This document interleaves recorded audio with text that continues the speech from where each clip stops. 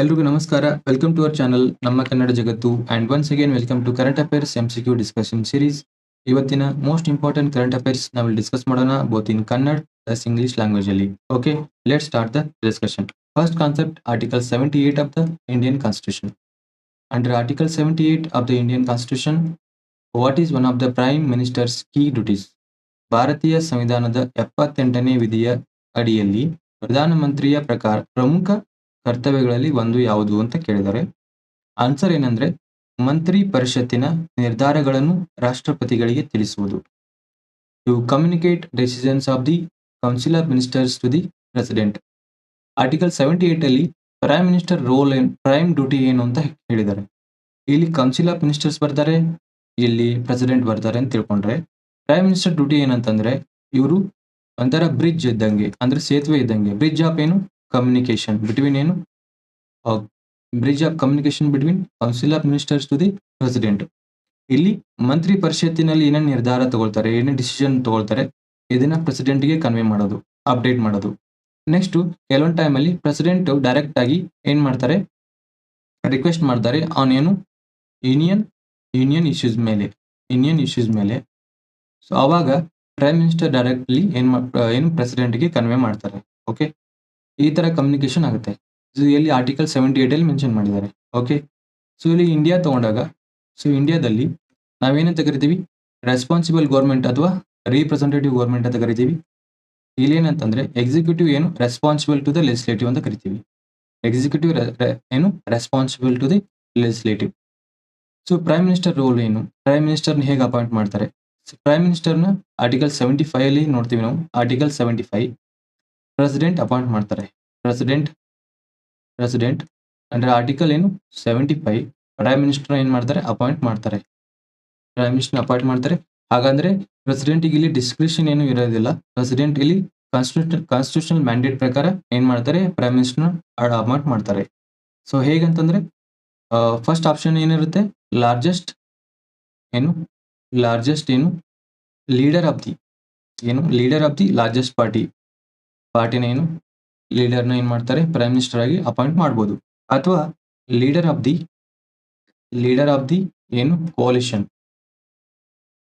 The coalition ಪಾರ್ಟಿನ ಏನ್ ಮಾಡ್ಬೋದು? ಪ್ರೈಮ್ ಮಿನಿಸ್ಟರ್ ಆಗಿ ಅಪಾಯಿಂಟ್ಮೆಂಟ್ ಮಾಡ್ಬೋದು. Under article 75. ಓಕೆ, ಇಲ್ಲಿ ಪ್ರೈಮ್ ಮಿನಿಸ್ಟರು ಇಂಡಿಯಾದಲ್ಲಿ ಏನಂದ್ರೆ ಹೆಡ್ ಆಫ್ ಗೌರ್ಮೆಂಟ್. ಪ್ರೆಸಿಡೆಂಟ್ ಏನು? ಹೆಡ್ ಆಫ್ ದಿ ಸ್ಟೇಟ್ ಅಂತ ಕರಿತೀವಿ. Head of the state. ಅಥವಾ ಪ್ರೆಸಿಡೆಂಟ್ ಏನಂತೀವಿ? ಸೆರೆಮೋನಿಯಲ್ ಹೆಡ್ ಅಂತ ಕೂಡ ಕರಿತೀವಿ, ನಾಮಿನಲ್ ಹೆಡ್ ಅಂತ ಕೂಡ ಕರಿತೀವಿ. ರಿಯಲ್ ಹೆಡ್ ಯಾರು? Prime minister, head of the government. Okay, so ಯಾಕಂತಂದ್ರೆ ಇಲ್ಲಿ ನಾವು ಪಾರ್ಲಿಮೆಂಟರಿ ಫಾರ್ಮ್ ಆಫ್ ಗೌರ್ಮೆಂಟ್ ನ ಅಡಾಪ್ಟ್ ಮಾಡ್ಕೊಂಡಿದೀವಿ. Parliamentary form of government. Okay, so next article 76 ಏನ್ ಹೇಳುತ್ತೆ? ಅಟಾರ್ನಿ ಜನರಲ್ ಆಫ್ ಇಂಡಿಯಾ ಬಗ್ಗೆ ಹೇಳುತ್ತೆ. ಅಟಾರ್ನಿ ಜನರಲ್ ಆಫ್ ಇಂಡಿಯಾ ಬಗ್ಗೆ ಹೇಳುತ್ತೆ. So next 78th amendment act. 78th amendment act ಅದ್ರ ಬಗ್ಗೆ ಹೇಳುತ್ತೆ. ನೈನ್ತ್ ಸ್ಕೆಡ್ಯೂಲ್ ಇಲ್ಲಿ ಏನಾಗುತ್ತೆ? ಕೆಲವೊಂದಿಷ್ಟು ಲ್ಯಾಂಡ್ ರಿಫಾರ್ಮ್ಸ್ ಆಕ್ಟ್ ನ ಇಲ್ಲಿ 9th ಸ್ಕೆಡ್ಯೂಲ್ ಅಲ್ಲಿ ಏನ್ ಮಾಡಿದ್ದಾರೆ? ಇಟ್ಟಿದ್ದಾರೆ. ಸೊ ಇದು 78th ಅಮೆಂಡ್ಮೆಂಟ್ ಆಕ್ಟ್ ಹೇಳುತ್ತೆ 1995. ಓಕೆ, 9th ಸ್ಕೆಡ್ಯೂಲ್ ಬಗ್ಗೆ ಹೇಳುತ್ತೆ. ಸೊ ಇಲ್ಲಿ ಏನ್ ಮಾಡಕ್ಕೆ ಅಂದ್ರೆ ಜುಡಿಷಿಯಲ್ ರಿವ್ಯೂನ ಅವಾಯ್ಡ್ ಮಾಡಕ್ಕೆ 9th ಸ್ಕೆಡ್ಯೂಲ್ ಅಲ್ಲಿ ಲ್ಯಾಂಡ್ ರಿಫಾರ್ಮ್ಸ್ ನ ಏನ್ ಮಾಡಿದ್ದಾರೆ? ಇನ್ಕ್ಲೂಡ್ ಮಾಡಿದ್ದಾರೆ.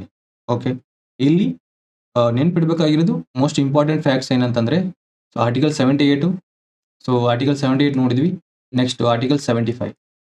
So article 75 next prime ministers role ಏನಂತ ನೋಡಿದ್ವಿ under article 78. Next article 76 attorney general of India ಬಗ್ಗೆ ಹೇಳುತ್ತೆ.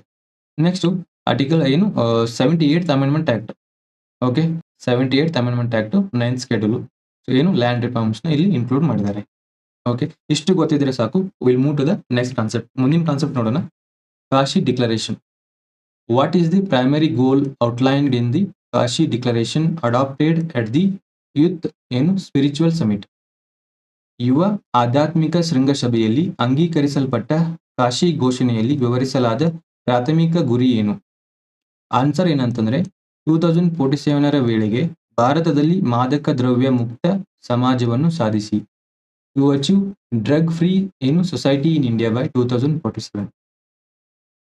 Kashi declaration.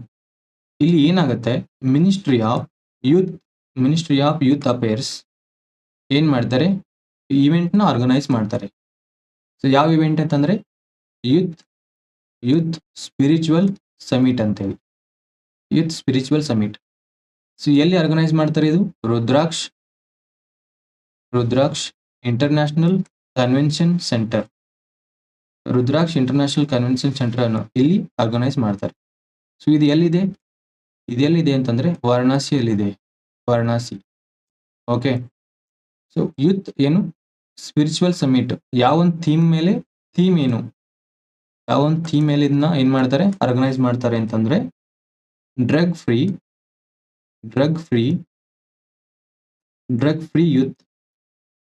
Youth for developed India ಈ ಒಂದು ಥೀಮ್ ಅಲ್ಲಿ ಏನ್ ಮಾಡ್ತಾರೆ, ಈ ಒಂದು ಇವೆಂಟ್ ನ ಆರ್ಗನೈಸ್ ಮಾಡ್ತಾರೆ. ಓಕೆ.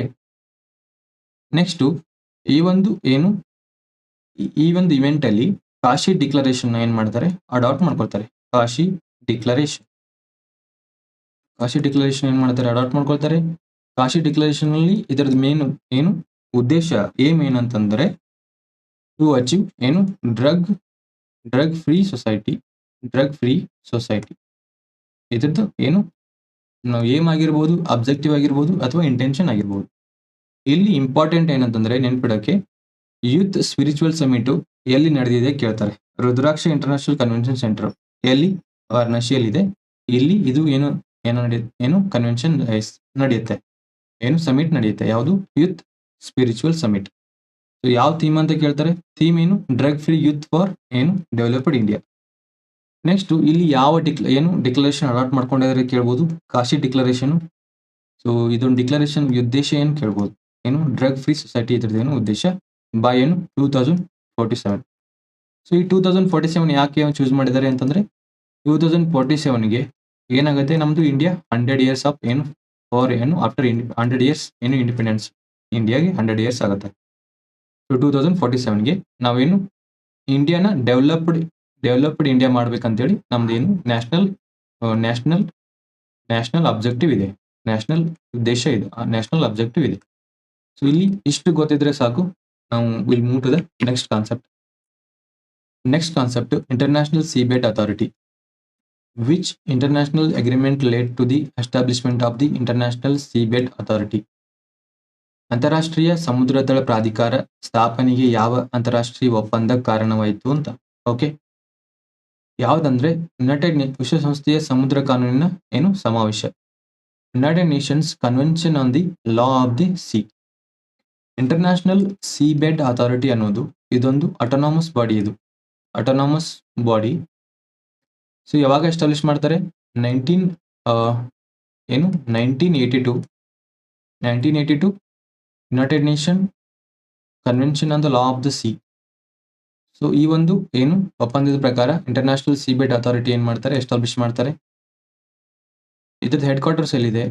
ಹೆಡ್ ಕ್ವಾರ್ಟರ್ಸ್ ನಾವು ಕಿಂಗ್ಸ್ಟನ್ ಜಮೈಕಾದಲ್ಲಿ ನೋಡ್ತೀವಿ. ಕಿಂಗ್ಸ್ಟನ್ ಜಮೈಕಾ ಇದ್ರ ಹೆಡ್ ಕ್ವಾರ್ಟರ್ಸ್ ಇದೆ. ಓಕೆ.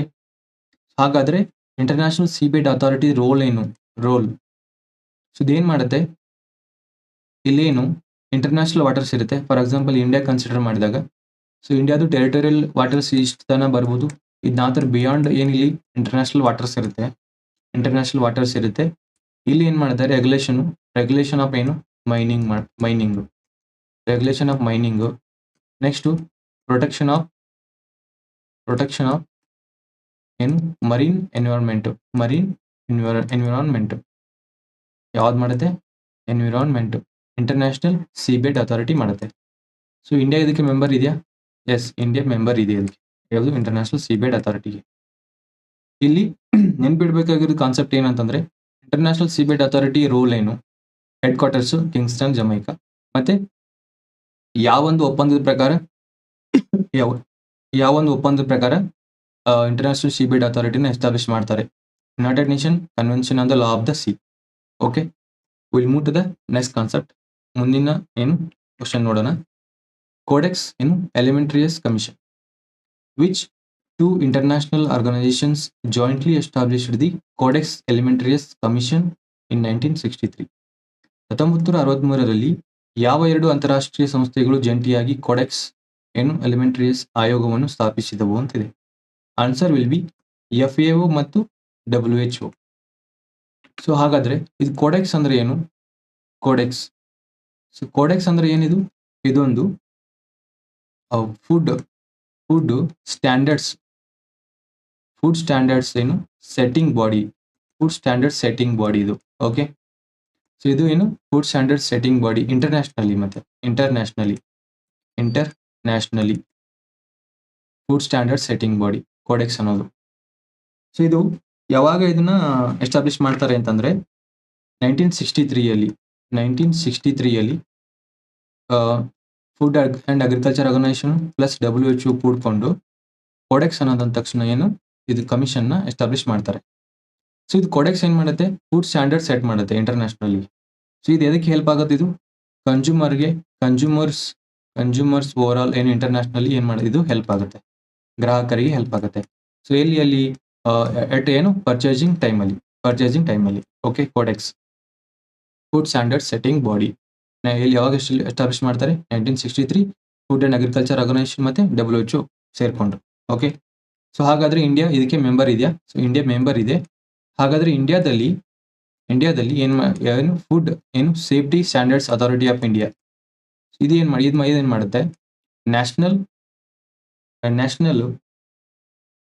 ನ್ಯಾಷನಲ್ ಕೋಡೆಕ್ಸ್ ಏನು ಕಾಂಟ್ಯಾಕ್ಟ್ ಪಾಯಿಂಟ್ ಅಂತ ಎಸ್ಟಾಬ್ಲಿಷ್ ಮಾಡಿದೆ. ಈ ಒಂದು ಕೋಡ್ನ ಏನು ನೋಡ್ಕೊಳ್ಳೋಕೆ ಓವರ್ಲುಕ್ ಮಾಡೋಕ್ಕೆ ನ್ಯಾಷನಲ್ ಏನು ಕೋಡೆಕ್ಸ್ ಕಾಂಟ್ಯಾಕ್ಟ್ ಪಾಯಿಂಟ್ ಅಂತ. ಸೊ ಇದು ಅಷ್ಟು ಇಂಪಾರ್ಟೆಂಟ್ ಅಲ್ಲ, ನಮ್ಗೆ ಇಂಪಾರ್ಟೆಂಟ್ ಏನಿಲ್ಲಿ ಹೊಸ ಇಂಪಾರ್ಟೆಂಟು. ಇದು ಯಾವ ಮಿನಿಸ್ಟ್ರಿ ಅಂಡರ್ ವರ್ಕ್ ಮಾಡ್ತಿದ್ದು? ಮಿನಿಸ್ಟ್ರಿ ಆಫ್ ಏನು ಹೆಲ್ತ್ ಅಂಡ್ ಫ್ಯಾಮಿಲಿ ವೆಲ್ಫೇರ್. ಈ ಒಂದು ಮಿನಿಸ್ಟ್ರಿ ಅಂಡರ್ ಏನು ಹೊಸ ವರ್ಕ್ ಮಾಡುತ್ತೆ. ಸೊ ಇಂಡಿಯಾದಲ್ಲಿ ಈ ಒಂದು ಬಾಡಿನ ಸೆಟ್ ಮಾಡಿದ್ದಾರೆ ಆನ್ ದ ಗೈಡ್ಲೈನ್ಸ್ ಆಫ್ ಏನು codex international body, food standard setting body. ಇದು ಯಾರು ಎಸ್ಟಾಬ್ಲಿಷ್ ಮಾಡಿದ್ದಾರೆ? FAO ಮತ್ತು WHO ಇನ್ 1963ಯಲ್ಲಿ. ನಾವು FAO ಬಗ್ಗೆ ನೋಡ್ಬೇಕಂದ್ರೆ ಇದು ಯುನೈಟೆಡ್ ನೇಷನ್ ಏನಿದು ಸ್ಪೆಷಲ್ ಏಜೆನ್ಸಿ. ಇದು ಸ್ಪೆಷಲೈಸ್ಡ್ ಏಜೆನ್ಸಿ. ಯಾವಾಗ ಎಸ್ಟಾಬ್ಲಿಷ್ ಮಾಡ್ತಾರೆ? ಇದನ್ನ 1945 ಎಸ್ಟಾಬ್ಲಿಷ್ ಮಾಡ್ತಾರೆ, food and agriculture organisation. So ಇದರ ಥೀಮ್ ಏನಂತಂದ್ರೆ let there be a bread. So ಅದ್ರ ಏನಂತಂದ್ರೆ ಓವರ್ ಆಲ್ ನೋಡ್ಬೇಕಂತಂದ್ರೆ ಇದ್ರದ್ದು ಏನು ಉದ್ದೇಶ ಏನಂತಂದ್ರೆ ಫುಡ್ ಸೆಕ್ಯೂರಿಟಿ ಕ್ರಿಯೇಟ್ ಮಾಡೋದು, ಎಸ್ಟಾಬ್ಲಿಷ್ ಮಾಡೋದು ಇಂಟರ್ನ್ಯಾಷನಲ್ ಫುಡ್ ಸೆಕ್ಯೂರಿಟಿ. ಮತ್ತೆ ಹಂಗರ್ ಫೀಡ್ ಮಾಡೋದು, ಫೀಡ್ ದಿ ಹಂಗರ್ ಇನ್ನು food and agriculture organisation. Okay, ಹಾಗಾದ್ರೆ ಇದ್ರ ಹೆಡ್ ಕ್ವಾರ್ಟರ್ಸ್ ಎಲ್ಲಿದೆ? Rome Italy. Okay, next WHO world health organisation. ಈ ಯಾವಾಗ ಎಸ್ಟಾಬ್ಲಿಷ್ ಮಾಡ್ತಾರೆ? 1948 ಎಸ್ಟಾಬ್ಲಿಷ್ ಮಾಡ್ತಾರೆ. ಸೊ ಇದ್ರ ಹೆಡ್ ಕ್ವಾರ್ಟರ್ಸ್ ನಾವೆಲ್ಲಿ ನೋಡ್ತೀವಿ? ಜೆನೆವಾ ಸ್ವಿಟ್ಜರ್ಲ್ಯಾಂಡ್ ಅಲ್ಲಿ ನೋಡ್ತೀವಿ. ಯಾವುದು? WHO head quarters. ಸೊ ಇದ್ರ ರೋಲ್ ಏನು? WHO ಎಲ್ಲಿ ಹೆಲ್ಪ್ ಮಾಡುತ್ತೆ? ಸೊ ವ್ಯಾಕ್ಸಿನ್ ಬಿಲ್ಡ್ ಮಾಡಕ್ಕೆ ಹೆಲ್ಪ್ ಮಾಡುತ್ತೆ. ಮತ್ತೆ WHO ಏನು ಗೈಡ್ಲೈನ್ಸ್ ಕೊಡುತ್ತೆ. ಆಮೇಲೆ ಹೆಲ್ತ್ ಎಮರ್ಜೆನ್ಸಿ ಹೇಳುತ್ತೆ. ಸೊ ಮತ್ತೆ ಏನಿದು ಟ್ರಾಪಿಕಲ್ ಡಿಸೀಸಸ್ನ ಕಾಂಬ್ಯಾಟ್ ಮಾಡೋಕ್ಕೆ ಅಥವಾ ಏನು ಎಪಿಡೆಮಿಕ್ ಹ್ಯಾಂಡಲ್ ಮಾಡೋಕ್ಕೆ ಅಥವಾ ಪ್ಯಾಂಡಮಿಕ್ ಹ್ಯಾಂಡಲ್ ಮಾಡೋಕ್ಕೆ. ಸೊ ಡ್ಯೂರಿಂಗ್ ಏನು ಕೋವಿಡ್ ಟೈಮ್ಸಲ್ಲಿ ಏನು ನಾವು WHO ರೋಲು ನಾವು ಆಲ್ರೆಡಿ ನೋಡಿದ್ವಿ. ಓಕೆ, ಇಷ್ಟು ಕಾನ್ಸೆಪ್ಟು ನಮ್ಗೆ ಇಲ್ಲಿ ಕೋಡೆಕ್ಸ್ ಇಂಪಾರ್ಟೆಂಟು. ಕೋಡೆಕ್ಸ್ ಏನಂತ ಕೇಳ್ತಾರೆ, ನೆಕ್ಸ್ಟ್ ಇದನ್ನ ಯಾರು ಎಸ್ಟಾಬ್ಲಿಷ್ ಮಾಡ್ತಾರೆ ಕೇಳ್ತಾರೆ. ಸೊ ನಾವು ಆಲ್ರೆಡಿ ನೋಡಿದ್ವಿ FAO ಮತ್ತೆ WHO ಬಗ್ಗೆ. ಸೊ ಇಂಡಿಯಾದಲ್ಲಿ ನಮಗೆ ಫಸ್ಟ್ ಬರುತ್ತೆ ಯಾವ ಒಂದು ಮಿನಿಸ್ಟ್ರಿ ಅಂಡರ್ ವರ್ಕ್ ಆಗುತ್ತೆ ನೋಡಿದ್ವಿ. Will move to the next concept. ಮುಂದಿನ ಕಾನ್ಸೆಪ್ಟ್ ಆಡ್ ಫೆಲ್ಸಿವ್ಯಾಕ್ಸ್ ಅಂತ. So what makes AdFalciVax different from existing malaria vaccines? So ಇಲ್ಲಿ ನಾವು ಎಕ್ಸಿಸ್ಟಿಂಗ್ ಮಲೇರಿಯಾ ವ್ಯಾಕ್ಸಿನ್ಸ್ ನೋಡ್ತೀವಿ, RTS ಅಂತ ನೋಡ್ತೀವಿ, R21 ಅಂತ ನೋಡ್ತೀವಿ. ಸೊ ಇದಕ್ಕಿಂತ ಇಲ್ಲಿ ಏನು ಕ್ವಶನ್ ಏನು ಕೇಳಿದ್ದಾರೆ? RTS ಮತ್ತೆ R21 ಮ್ಯಾಟ್ರಿಕ್ಸ್ ನಂತಹ ಅಸ್ತಿತ್ವದಲ್ಲಿರುವ ಮಲೇರಿಯಾ ಲಸಿಕೆಗಳಿಗಿಂತ ಆಡ್ ಫ್ಯಾಲ್ಸಿವ್ಯಾಕ್ಸ್ ವಿಭಿನ್ನವಾಗಲು ಕಾರಣ ಏನು ಅಂತ. ಓಕೆ, ಆನ್ಸರ್ ಏನಂತಂದ್ರೆ ಇದು ಪ್ಲಾಸ್ಮೋಡಿಯಂ ಫ್ಯಾಲ್ಸಿಪ್ಯಾರಮ್ ವಿರುದ್ಧ ದ್ವಿಹಂತದ ರಕ್ಷಣೆಯನ್ನು ನೀಡುತ್ತದೆ. ಅಂದ್ರೆ ಏನು? It offers dual stage protection against plasmodium falciparum. ಇಲ್ಲಿ ಏನಾಗುತ್ತೆ, ಆಲ್ರೆಡಿ ಆಡ್ ಫ್ಯಾಲ್ಸಿವ್ಯಾಕ್ಸ್ ಅನ್ನೋದು ಏನು? ಇದು ಮಲೇರಿಯಾ ವ್ಯಾಕ್ಸಿನ್. ಇದು ಸೊ ಮಲೇರಿಯಾ ವ್ಯಾಕ್ಸಿನ್. ಸೊ ಯಾರು ಡೆವಲಪ್ ಮಾಡ್ತಿದ್ದಾರೆ ಇದನ್ನ? Indian council of medical research. ಇವರು ಇದನ್ನ ಏನ್ ಮಾಡ್ತಿದ್ದಾರೆ? ಡೆವಲಪ್ ಮಾಡ್ತಿದ್ದಾರೆ. ಸೊ ಇಲ್ಲಿ ಯಾವ ಒಂದು ಬ್ಯಾಕ್ಟೀರಿಯಾ ಯೂಸ್ ಮಾಡಿ ಡೆವಲಪ್ ಮಾಡ್ತಿದ್ದಾರೆ? ಇದು ಲ್ಯಾಕ್ಟೋಕೋಕಸ್ ಅಂತಕ್ಕಂಥ ಬ್ಯಾಕ್ಟೀರಿಯಾನ ಯೂಸ್ ಮಾಡಿ ಇದನ್ನ ಏನ್ ಮಾಡ್ತಿದ್ದಾರೆ? ಈ ಒಂದು ವ್ಯಾಕ್ಸಿನ್ ಏನ್ ಮಾಡ್ತಿದ್ದಾರೆ? ಡೆವಲಪ್ ಮಾಡ್ತಿದ್ದಾರೆ. ಸೊ ಈ ವ್ಯಾಕ್ಸಿನ್ ಏನಿದು ಕಾಸ್ಟ್ ಎಫೆಕ್ಟಿವ್ ಆಗಿದೆ, ಮತ್ತೆ ಇದು ಡ್ಯುವೆಲ್ ಪ್ರೊಟೆಕ್ಷನ್ ಏನು ಎಸ್ಟಾಬ್ಲಿಷ್ ಮಾಡುತ್ತೆ. ಮತ್ತೆ ಏನಾಗುತ್ತೆ ಇಲ್ಲಿ? ಸೊ ಮಾಸ್ ಅಥವಾ ಏನು ಕಮ್ಯುನಿಟಿ ಟ್ರಾನ್ಸ್ಮಿಷನ್ ಅಂತ ಕರಿತೀವಿ ನಾವು. ಕಮ್ಯುನಿಟಿ ಟ್ರಾನ್ಸ್ಮಿಷನ್ ಅಂತ ಕರಿತೀವಿ. ಇಲ್ಲಿ ಇದನ್ನ ತಡೆಯಕ್ಕೆ ಹೆಲ್ಪ್ ಮಾಡುತ್ತೆ ಇದು ಥ್ರೂ ಏನು? ಮಾಸ್ಕಿಟೋ ಬೈಟ್ಸ್ ಏನು ಕಮ್ಯುನಿಟಿ ಸ್ಪ್ರೆಡ್ ಆಗುತ್ತೆ, ಇದನ್ನು ಕಾಂಬ್ಯಾಟ್ ಮಾಡೋಕ್ಕೆ ಹೆಲ್ಪ್ ಮಾಡುತ್ತೆ. ಸೊ ಹಾಗಾದ್ರೆ ಇಲ್ಲಿ ಮಲೇರಿಯಾ ಅಂತಕ್ಕಂಥದ್ದು ಏನಿದು? ಇದೊಂದು ಟ್ರಾಪಿಕಲ್ ಡಿಸೀಸು. ಸೊ ಹೇಗೆ ಬರುತ್ತೆ ಇದು? Plasmodium parasite. ಸೊ ಇದರಿಂದ ಬರುತ್ತೆ ಇದು. ಬಟ್ ಏನಂತಂದ್ರೆ ಪ್ಲಾಸ್ಮೋಡಿಯಂ ಪ್ಯಾರಾಸೈಟ್ ಇಂದ ಬರುತ್ತೆ, ಆದ್ರೆ ಥ್ರೂ ದಿ ಬೈಟ್ ಆಫ್ ಏನು ಫೀಮೇಲ್ ಅನಾಫಿಲಿಸ್ ಏನು ಈ ಒಂದು ಮಾಸ್ಕಿಟೋ ಬೈಟ್ ಆಗೋದ್ರಿಂದ ಮಾತ್ರ ಏನು ಮಲೇರಿಯಾ ಬರುತ್ತೆ. ಬಟ್ ಇದು ಕಾಸಿಂಗ್ ಏಜೆಂಟ್ ಯಾವುದು? Plasmodium parasite. ಓಕೆ, ಇದು ಮಲೇರಿಯಾ ಬಗ್ಗೆ. ಸೊ ಇದು ಈ ವ್ಯಾಕ್ಸಿನ್ ಯಾರು ಡೆವಲಪ್ ಮಾಡ್ತಿದ್ದಾರೆ, ಮತ್ತೆ ಯಾವ ಒಂದು ಈ ಬ್ಯಾಕ್ಟೀರಿಯಾ ಯೂಸ್ ಮಾಡ್ಕೊಂಡು ಮಾಡ್ತಿದ್ದಾರೆ? ಇದು ಕಾಸ್ಟ್ ಎಫೆಕ್ಟಿವ್ ಆಗಿದೆ, ಮತ್ತೆ ಡ್ಯುವೆಲ್ ಪ್ರೊಟೆಕ್ಷನ್ ಕೊಡುತ್ತೆ. ಇದು ಮಾಸ್ ಟ್ರಾನ್ಸ್ಮಿಷನ್ ಆಗ್ತಾ ಇರುತ್ತೆ. ನಾವು ಆಲ್ರೆಡಿ ನೋಡಿದ್ವಿ, ಈ ಒಂದು ಏನು ಮಾಸ್ಕಿಟೋ ಬೈಟ್ ಇಂದ ಇದು ಒಂದು ಮಾಸ್ ಟ್ರಾನ್ಸ್ಮಿಷನ್ ಆಗುತ್ತೆ ಒಬ್ಬರಿಂದ ಒಬ್ಬರಿಗೆ. ಸೊ ಅದಕ್ಕೆ ಇದನ್ನ ಎಲ್ಲ ಏನು ತಡೆಯೋಕ್ಕೆ ಯಾವ್ದು ಹೆಲ್ಪ್ ಮಾಡುತ್ತೆ? ಸೊ ಫಾಲ್ಸಿವ್ಯಾಕ್ಸ್ ಅಂತ ಇದೊಂದು ವ್ಯಾಕ್ಸಿನ್ ಹೆಲ್ಪ್ ಮಾಡುತ್ತೆ. ಯಾರು ಡೆವಲಪ್ ಮಾಡ್ತಿದ್ದಾರೆ ಕೇಳ್ಬೋದು? Indian council of medical research. ಯಾವೊಂದು ಬ್ಯಾಕ್ಟೀರಿಯಾ ಯೂಸ್ ಮಾಡ್ಕೊಂಡು ಕೇಳ್ಬೋದು. ನೆಕ್ಸ್ಟ್ ಆಲ್ರೆಡಿ R21 ಇದೆ. ನೆಕ್ಸ್ಟ್ RTS ಇದೆ.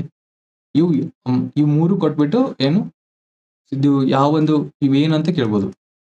ಓಕೆ, ವ್ಯಾಕ್ಸಿನ್ಸ್ ಅಥವಾ ಏನು ಬೇರೆ ಏನಾದ್ರು ಹೆಸರು ಕೊಡ್ಬೋದು. Okay, will move to the next concept.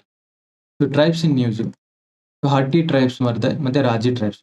Okay, Raji tribes ಏನು ಉತ್ತರಾಖಂಡಲ್ಲಿ ಬರ್ತಾರೆ. ಉತ್ತರಾಖಂಡ್. ನೆಕ್ಸ್ಟ್ ಹಟ್ಟಿ ಟ್ರೈಬ್ಸ್ ಇವು ಬಾರ್ಡರ್ ಹಿಮಾಚಲ್ ಮತ್ತೆ ಉತ್ತರಾಖಂಡ್ ಬಾರ್ಡರ್. ಉತ್ತರಾಖಂಡ್ ಏನು ಬಾರ್ಡರ್ ಅಲ್ಲಿ ನೋಡ್ತೀವಿ ನಾವು ಹಟ್ಟಿ ಟ್ರೈಬ್ಸ್ನ. ಇದು ರಾಜಿ ಟ್ರೈಬ್ಸ್ ಉತ್ತರಾಖಂಡಲ್ಲಿ ನೋಡ್ತೀವಿ. ಇವು belong to PVTG groups. PVTG groups ಅಂದ್ರೆ ಏನು? Particularly vulnerable tribal groups. So ಇಂಡಿಯಾದಲ್ಲಿ ಎಷ್ಟಿದಾವೆ particularly vulnerable tribal groups? Around 75 ಏನು PVTG ನೋಡ್ತೀವಿ ನಾವು ಇಂಡಿಯಾದಲ್ಲಿ. ಸೊ ಇದು ರಾಜಿ ಟ್ರೈಬ್ಸ್ ಕೂಡ ಏನು smallest one among the smallest tribes in India. Okay, so ರಾಜಿ ಟ್ರೈಬ್ ಯಾವ ಸ್ಟೇಟಿಗೆ ಬರ್ತಾರೆ ಕೇಳ್ಬೋದು? ಉತ್ತರಾಖಂಡ್. ನೆಕ್ಸ್ಟ್ ಹಟ್ಟಿ ಟ್ರೈಬ್ಸ್ ಹಿಮಾಚಲ್ ಪ್ರದೇಶ್ ಮತ್ತೆ Uttarakhand. Okay, we discuss most important current affairs from today's news. If you like our work, subscribe to our channel at Nama Kannada Jagattu. Thank you for watching.